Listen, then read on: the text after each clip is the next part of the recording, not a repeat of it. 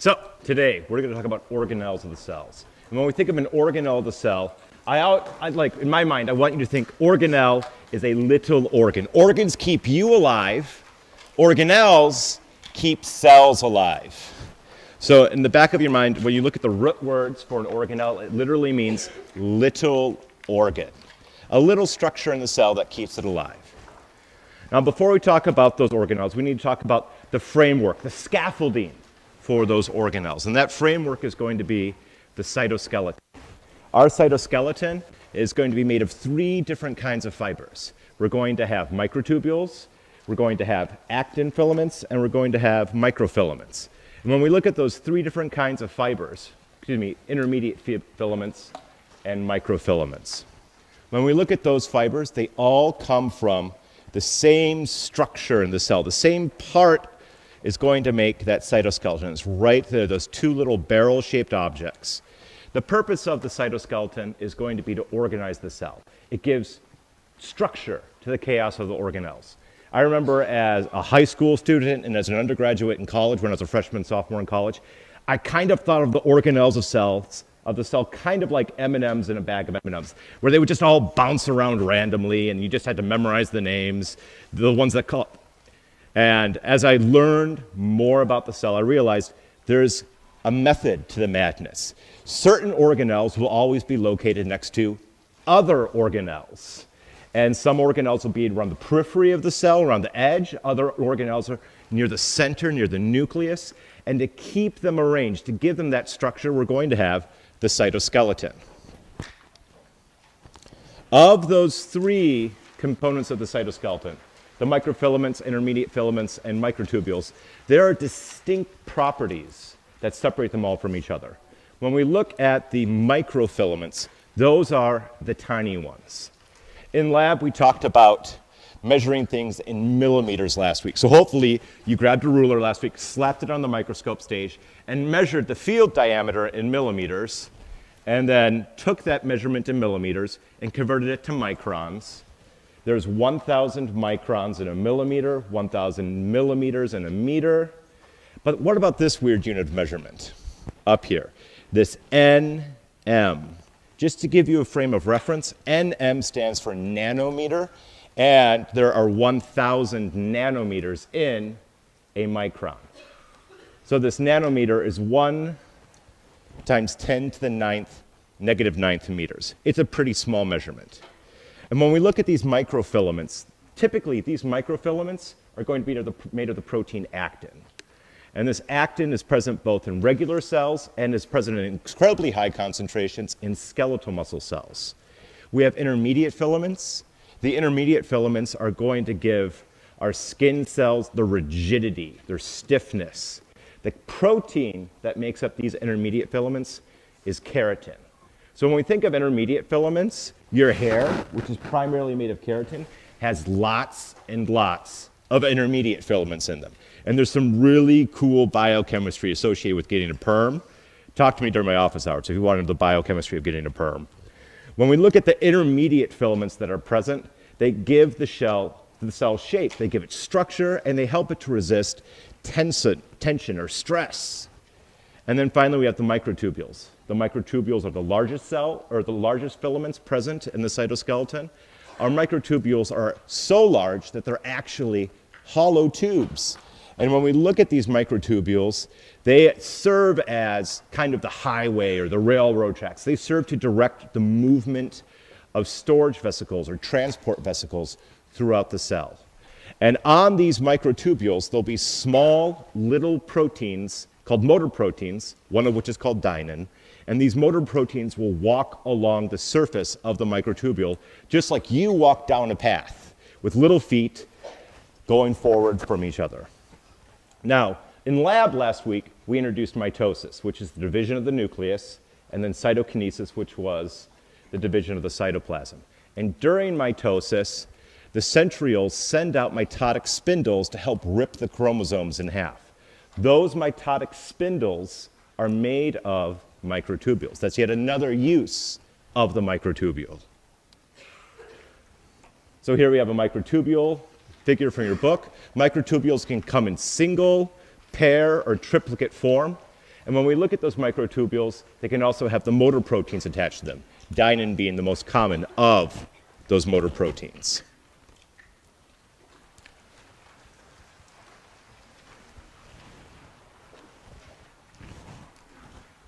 And as we look at the structures inside of the cell, those structures are going to be called organelles, generally speaking.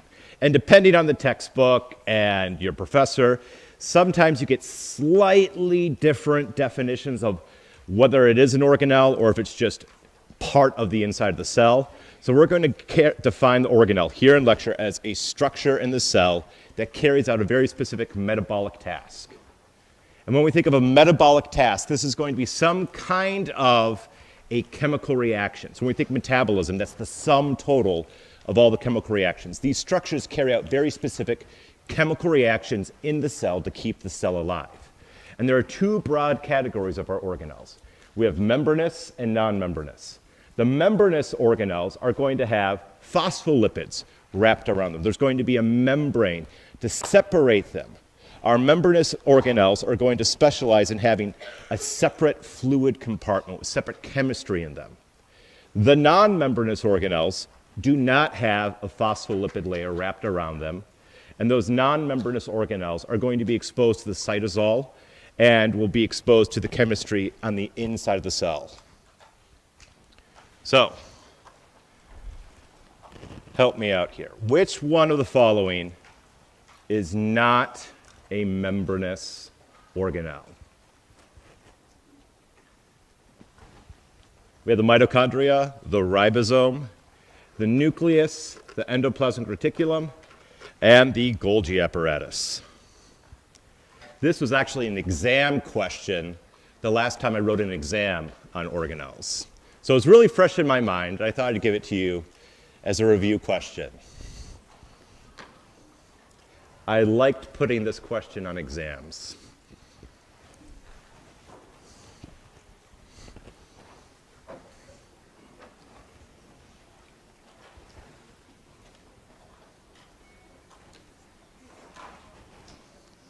So we're down to 10 seconds.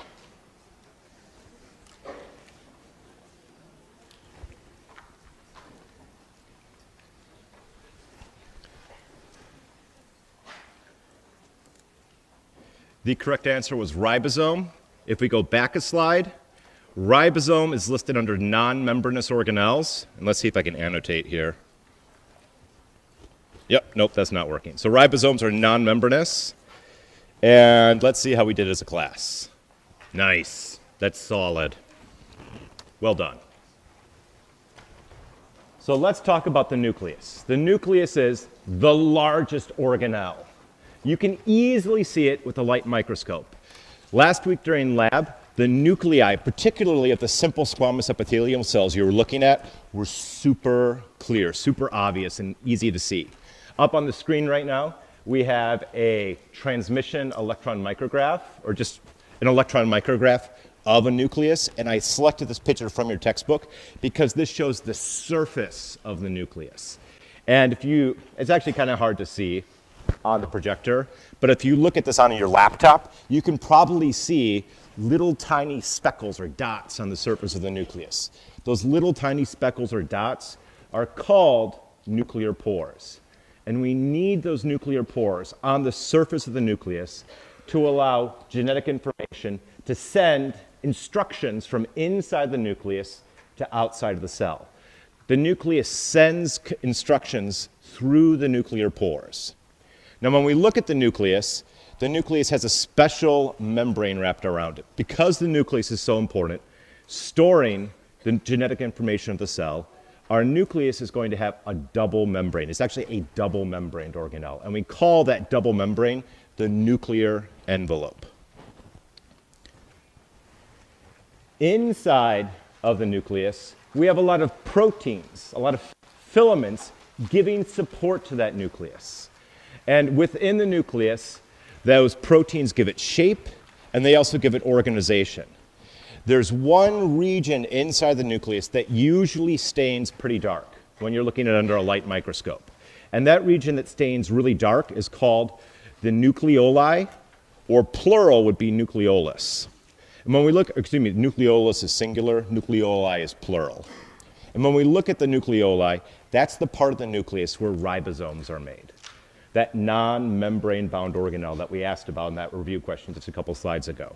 So in addition to storing DNA, inside of the nucleus, there's the nucleoli, and the nucleoli is where the cell makes its ribosomes. Inside of the nucleus, when we don't see individual chromosomes, we call this mishmash, this kind of casserole, for lack of a better term, chromatin. And this casserole that we call chromatin is made of DNA and little proteins. And when it's loosely unwound and jumbled up, we call it chromatin. If we take that chromatin and wrap it up really tightly so that we can divide the nucleus, that tightly wound chromatin is then going to be called chromosomes. So here's a figure from your text showing the nucleus. I love this figure because it gives special emphasis to the nuclear pore in the lower right-hand part of the screen. And I also really love this figure because it shows the next organelle we're going to talk about, the endoplasmic reticulum. Part of identifying the organelles in the cell is having a frame of reference. So our frame of reference is always going to be the nucleus. That kind of marks the center of the cell. And right next to the nucleus, there's a bunch of membranous sacs. The membranous sacs immediately next to the nucleus are the endoplasmic reticulum. So if you're looking at a cell diagram, maybe on a lab quiz this week, and you see a bunch of membranous sacs really far away from the nucleus, and you see some membranous sacs right next to the nucleus, the ones right next to the nucleus are probably going to be the endoplasmic reticulum. Now, when we look at that endoplasmic reticulum, there's two variations of it. We have a rough endoplasmic reticulum and a smooth endoplasmic reticulum.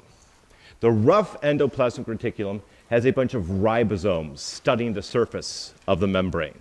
And those ribosomes on the surface of the rough endoplasmic reticulum allow for it to have lots of protein synthesized in it. Those proteins that are made at the rough endoplasmic reticulum, generally speaking, are going to be secreted from the cell. So when we think of where proteins are made, and we'll talk about this more on Wednesday when we focus on protein synthesis, proteins made at the rough endoplasmic reticulum are usually secreted from the cells. Those rough endoplasmic reticulum membrane folds also have enzymes that make extra phospholipids. So we can use the rough ER as a site of phospholipid synthesis inside of the cell. Now, when we look at the smooth endoplasmic reticulum, underneath a microscope, with a light microscope, you probably won't be able to tell the difference between a smooth ER and a rough ER. But if you used an electron microscope, you could see the difference. And the visual difference between the smooth ER and the rough ER is going to be the presence of the little dots, the little ribosomes on the surface. The rough endoplasmic reticulum has ribosomes on its surface. The smooth endoplasmic reticulum does not have any ribosomes on its surface. That's a key distinction, particularly when you're working in a lab setting and you're trying to differentiate them on a model of a cell or a diagram of the cell. The one with the dots on it is going to be the rough ER. The dots represent the ribosomes.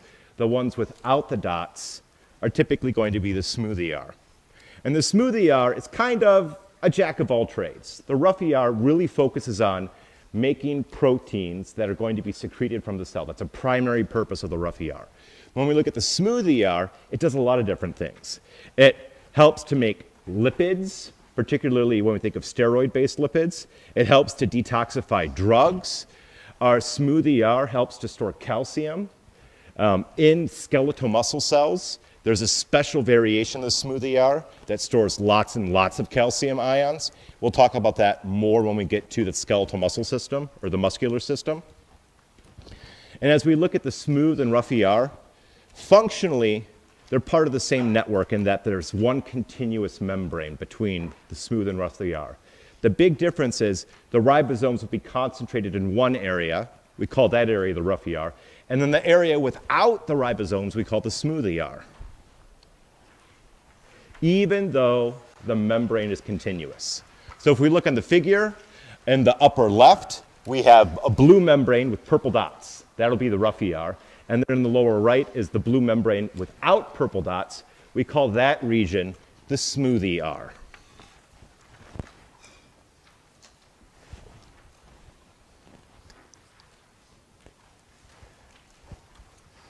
On the surface of the rough ER, we have a non-membrane bound organelle known as the ribosome. And when we look at the ribosome has two subunits that make it up. To measure the size of the subunits, we use a sedimentation coefficient called Svedberg's. I mostly just like saying that word because I think saying Svedberg is kind of fun. We are not going to talk about Svedberg's, so I'm not even going to give you the size ratios in Svedberg's. Mostly it's just a fun word. And when we look at the large subunit and the small subunit of the ribosome, when they're separated from each other, they're non-functional. They don't achieve the primary purpose of synthesizing proteins. But if we combine the small and the large subunit, the ribosome is able to synthesize proteins. And the ribosomes are going to be in three places in the cell. They'll be on the rough endoplasmic reticulum. We talked about that place already. Some ribosomes are on the surface of the nuclear envelope, not many though. And then some ribosomes, a large portion of them, are free floating on the liquid on the inside of the cell. And then we call that liquid the cytosol. So when we look at these ribosomes, the ribosomes on the surface of the rough ER, they make proteins that are going to be secreted from the cell. Ribosomes that are free floating in the cytoplasm, they primarily focus on making proteins that are going to stay inside of the cell. So depending on where the ribosome is, when the ribosome is synthesizing its protein, that dictates where the protein goes. Is it going to stay in the cell, or is it going to be secreted from the cell? Now, as these two parts of the ribosome come together, they need to come together around some genetic information. The specific kind of genetic information they fold around is called messenger RNA, or mRNA. And this is the signal that comes out of the nucleus. That messenger RNA is sent through the nuclear pores into the cytoplasm of the cell for the ribosomes to attach to.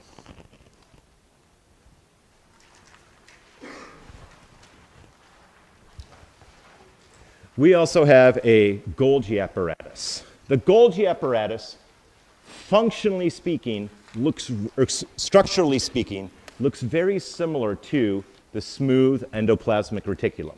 The Golgi apparatus is a bunch of membrane-bound sacs that don't have any ribosomes on the surface. The smooth endoplasmic reticulum is also a bunch of membrane-bound sacs without any ribosomes on the surface. So when you're trying to differentiate these from each other, you need a frame of reference, and that frame of reference is going to be the nucleus. When you're looking at an electron micrograph, if you see a bunch of membrane-bound sacs near the edge of the cell, that's probably going to be a Golgi apparatus. If it's next to the nucleus, it's probably going to be a variation of the endoplasmic reticulum, either the smooth ER or the rough ER. Now, pragmatically speaking, because you're probably all thinking about your lab quiz, the Golgi apparatus is going to be colored differently from the smooth ER and the rough ER in cell models and cell diagrams. So in the cell models and cell diagrams, we make it very, very obvious by coloring it a completely different color. But within the electron micrograph, they look very similar to each other. Now, when we think of the Golgi apparatus, or Golgi complex, as it sometimes is called, is going to receive proteins from the rough endoplasmic reticulum.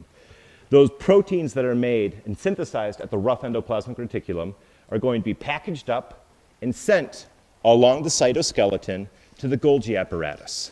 The little package that sends those proteins is called a transport vesicle. And when those transport vesicles get to the Golgi apparatus, they fuse with the membranes of the Golgi apparatus and are exposed to different chemical environments. The proteins that get into the Golgi apparatus are, generally speaking, going to have some carbohydrates added. They're going to have some amino acids snipped off. They'll structurally be modified. Their three-dimensional shape or conformation will be altered. these proteins get the finishing touches they need before they're fully functional. After those proteins are done being processed at the Golgi apparatus, they're sent away from the Golgi apparatus in a membrane-bound sac. Some of those membrane-bound sacs are going to stay in the cell as a lysosome or a peroxisome. So lysosomes and peroxisomes are made at the Golgi apparatus. Those are two other organelles that we haven't talked about yet. Some of the proteins that are processed at the Golgi apparatus are going to be sent to the surface of the cell to be secreted or exocytized from the cell.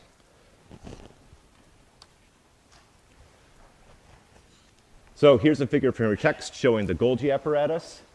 In your text, the Golgi apparatus is colored green, and the endoplasmic reticulum network is colored blue in the diagrams. And when we look at the Golgi apparatus, it is going to be those membrane-bound sacs.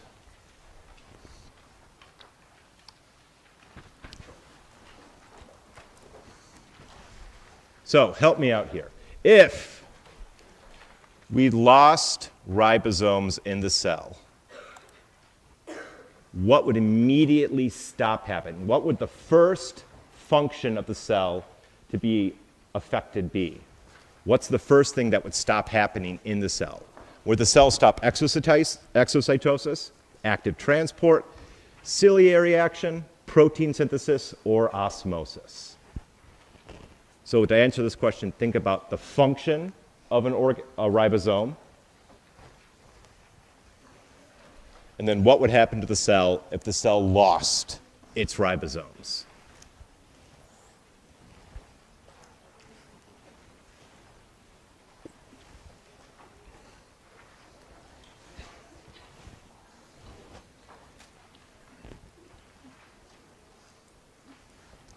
We're down to 10 seconds.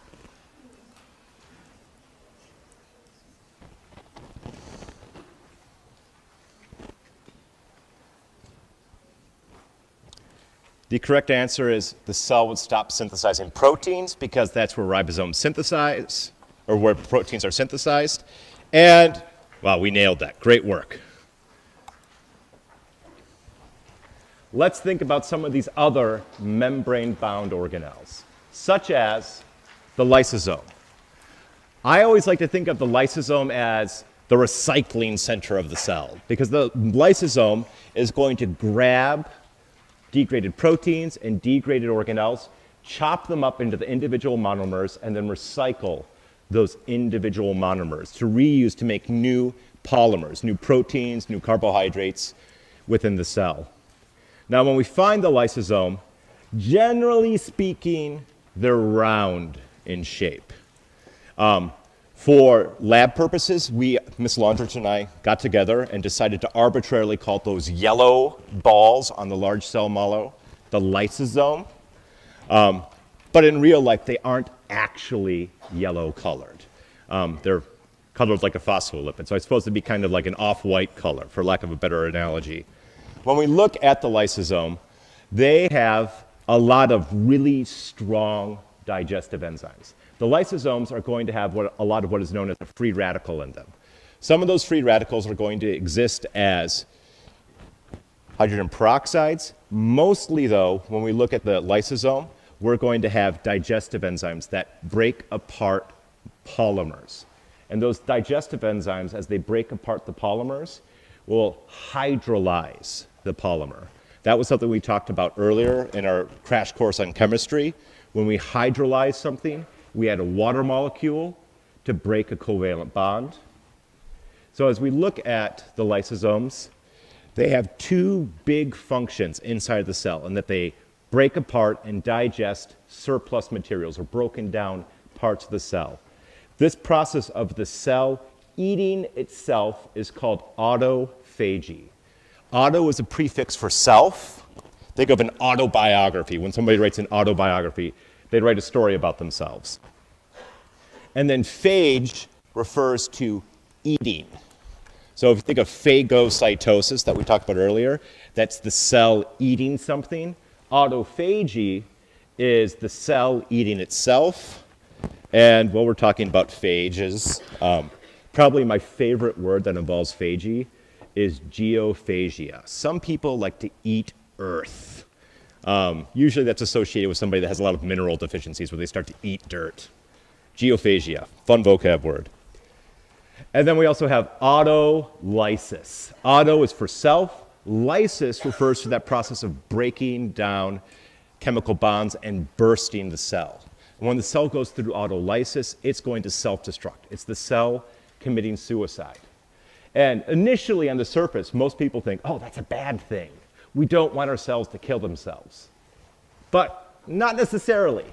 If the cell is defective, if it's mutated, if it's infected by a virus, we want to destroy that defective cell. Precancerous cells should go through autolysis. If they don't, they can turn into a tumor.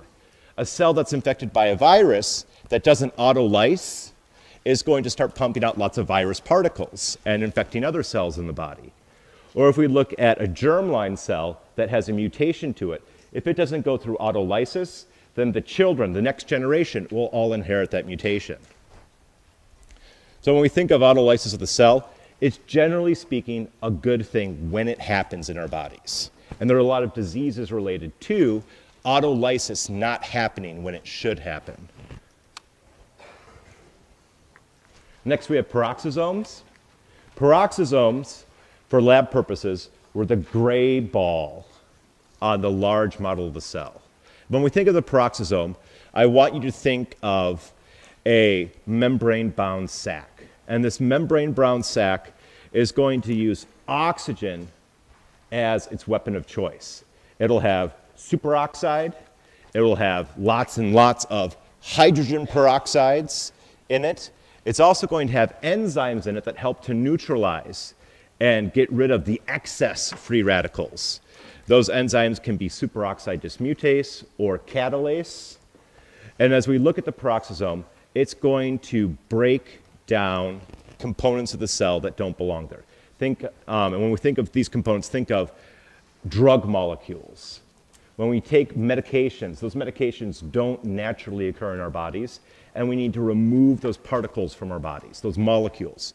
We'll do that by taking those molecules, putting them in a peroxisome, and then adding oxygen covalent bonds to it. We oxidize it by covalently attaching oxygen molecules or oxygen atoms to it.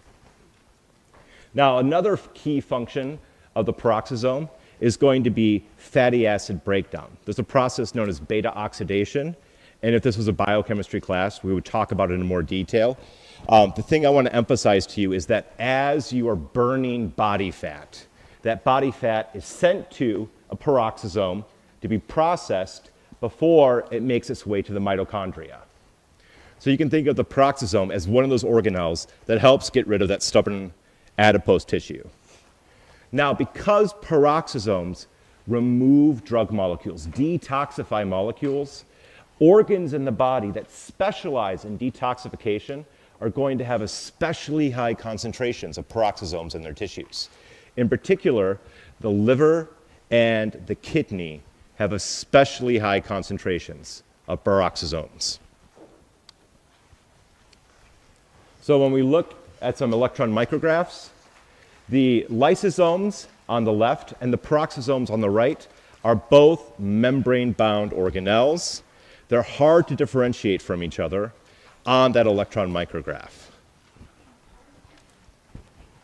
and on the models in the lab. Up next, we have a proteasome. And this proteasome is a non-membrane-bound organelle. So there's no membrane wrapped around the proteasome. The purpose of a proteasome is going to be to help get rid of extra proteins. When our cells are exposed to a stressful environment, they're going to make a protein, and that protein can help them cope with a stressful environment.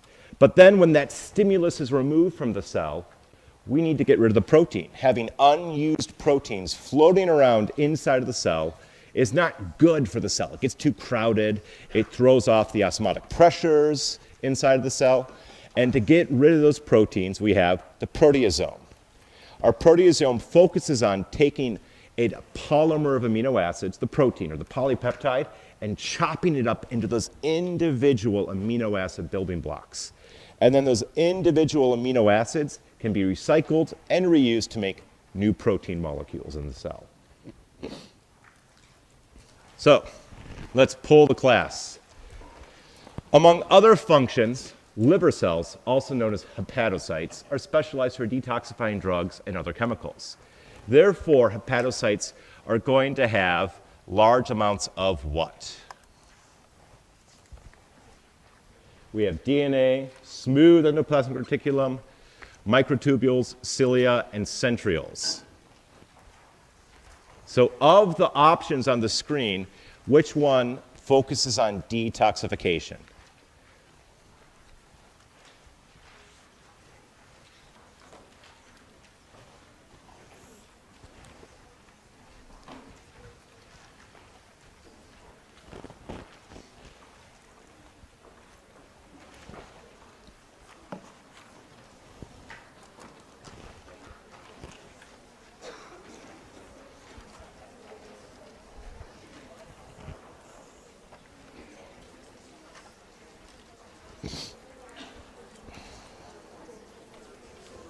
We're down to about 5 seconds.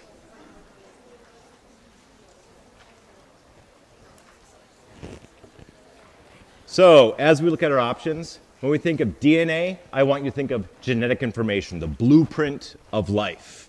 When we think of the microtubules, those are going to be the transportation network. Cilia move something past the surface of the cell. Centrioles make the cytoskeleton. And it's the smooth endoplasmic reticulum that helps to detoxify molecules in the cell, in addition to peroxisomes. So, smooth ER was answered by the vast majority of us. Excellent. Let's talk about the organelle inside of the cell that makes most of our ATP, most of our cellular energy. This is going to be the mitochondria.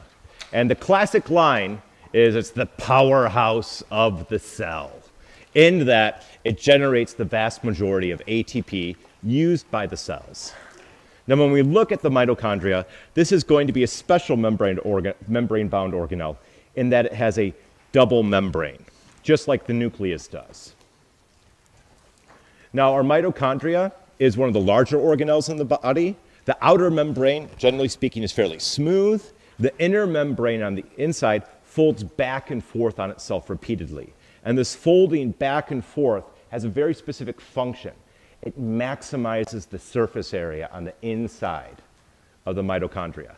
By maximizing surface area on the inside of the mitochondria, we maximize the speed, the rate that the chemical reactions occur at, and we maximize the amount of ATP that can be generated by the mitochondria.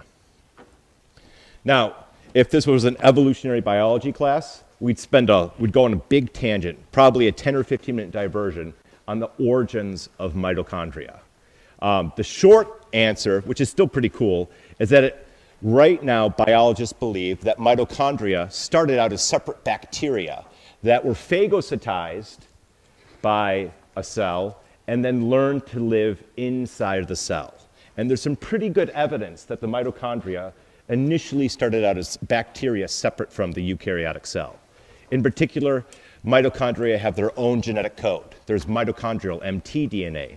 Mitochondria also have their own ribosomes on the inside that work with their own DNA. And when we look at the structure of the ribosome inside of the mitochondria, it has the same structure as a bacterial ribosome. Now, mitochondria at this point in time are symbiotes to our cells. They can't live outside of our cells. But it was believed at one point that mitochondria did start out as a separate organism from our cell. So, we have an electron micrograph on the left, a figure from your text on the right. Notice the special emphasis on lots and lots of membranes on the inside of the mitochondria. There is an incredible amount of membranous folds on the inside of the mitochondria. Most figures and most cell models are going to show the mitochondria as kind of an oblong kidney bean shaped organelle. But the reality of the situation is that the mitochondria can oscillate and fluctuate. It can be stretched out, or it can compress on itself and be spherical in shape. So these mitochondria are not fixed in shape. Instead, they can oscillate between stretched out or spherical. If there was one key function, though, I wanted to emphasize to you with the mitochondria, it's that they make ATP. Cells that need lots of ATP will be cells that have lots of mitochondria. So if we were to look at a fat cell, an adipose cell, the function of that cell is to store triglycerides. It doesn't do much, and consequently, it doesn't need a lot of ATP and won't have a lot of mitochondria. Other cells, like skeletal muscle cells or nervous cells, nervous tissue cells like neurons, that use lots of ATP will have lots of mitochondria to supply the heavy demand for ATP.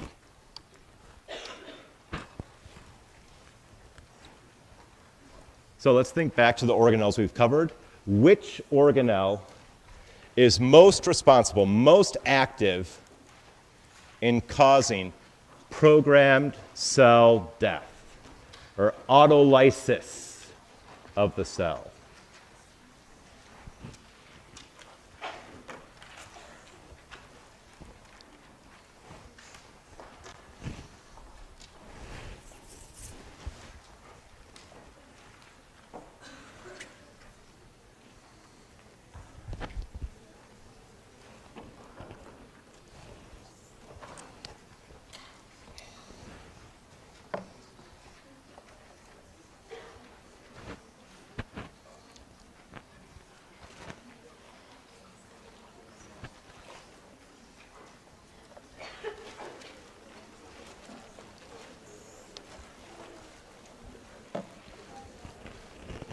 We're down to about 5 seconds. Please make sure you answer.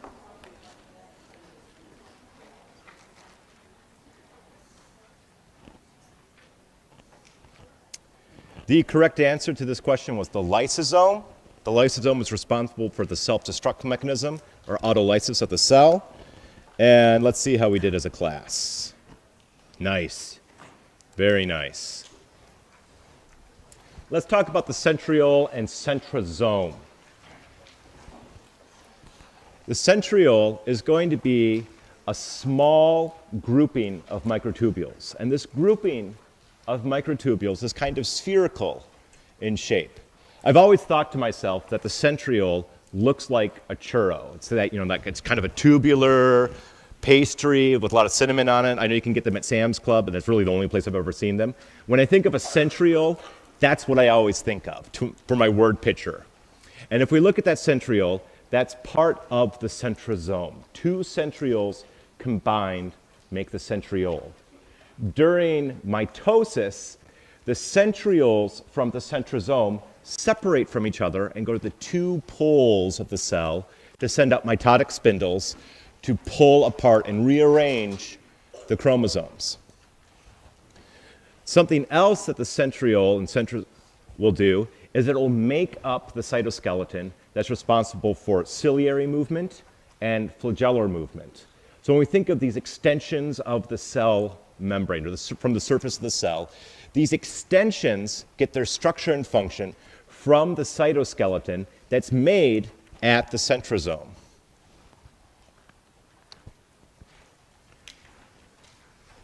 So if we were to look at an electron micrograph, that triplicate of microtubules can be duplicated multiple times over, and duplicating the triplicate multiple times over gives you the centriole. And then two centrioles combined is a centrosome. And then finally, we have inclusion bodies. When we look at these inclusion bodies, this is where most of the active discoveries are currently being done in terms of structures inside of the cell. You can think of an inclusion body as a small storage container or small sac or small structure used to store something on the inside of the cell. The most recently discovered organelle that I'm aware of was discovered in 2013. And this was a variation of an inclusion body. And the reason why it was discovered so late in the game is because when you look at these inclusion bodies on an electron micrograph, they almost all look the same, for the most part. The one that you'll see next week in lab when you're looking at connective tissues is an inclusion body filled with fat or triglycerides in the adipocyte. That one is very distinctive looking, but for the most part, these inclusion bodies all look very similar to each other. Some of these inclusion bodies are going to be used to store pathogens or foreign bodies that don't belong in our cells. These inclusion bodies are going to be primarily inside of the white blood cells or leukocytes that are responsible for our immune system. When we look at inclusions or these inclusion bodies, some cells have them, some cells don't have them. They're not necessarily essential for the survival of the cell, but they give a good indication of the overall metabolic environment of the cell. If you are looking at a human that's had lots of carbohydrates present in their diet, they're probably going to have inclusion bodies filled with glycogen in some of their cells. If you're looking at somebody who has been exposed to chronic pathogens like tuberculosis, they're going to have inclusion bodies filled with the Mycobacterium tuberculosis bacterium inside of their cells. So these inclusion bodies aren't necessarily essential for life, but they give you a lot of clues about some of the environmental conditions that individual has been exposed to.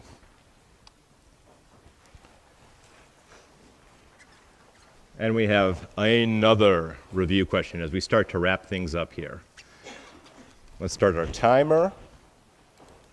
Muscle cells contain numerous blank to serve their high demand for ATP.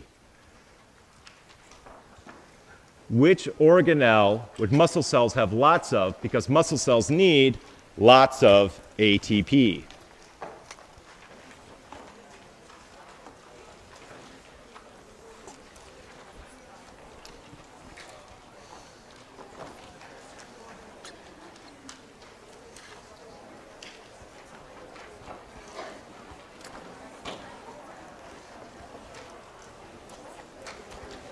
We're down to about 20 seconds.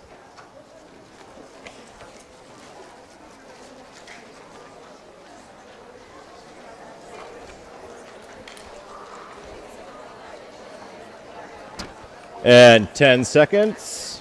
5, 4, 3, 2, 1. The correct answer was mitochondria. You nailed it. And guys, gals, one last thing. This video clip that I linked for you is titled The Inner Life of a Cell. Sometimes it's called The Secret Life of a Cell. It was released in 2006 by the Howard Hughes Medical Institute. And this is the defining video about how organelles interact with each other inside of the cell. I want you to watch this video, and while you're watching this video outside of lecture, don't be overwhelmed by all the different things shown. There's more shown in this video than what we covered in the class. Only focus on the structures we covered in class. This video does a good job of showing the relationship between the structures. And that's all we have for today. Have a good day.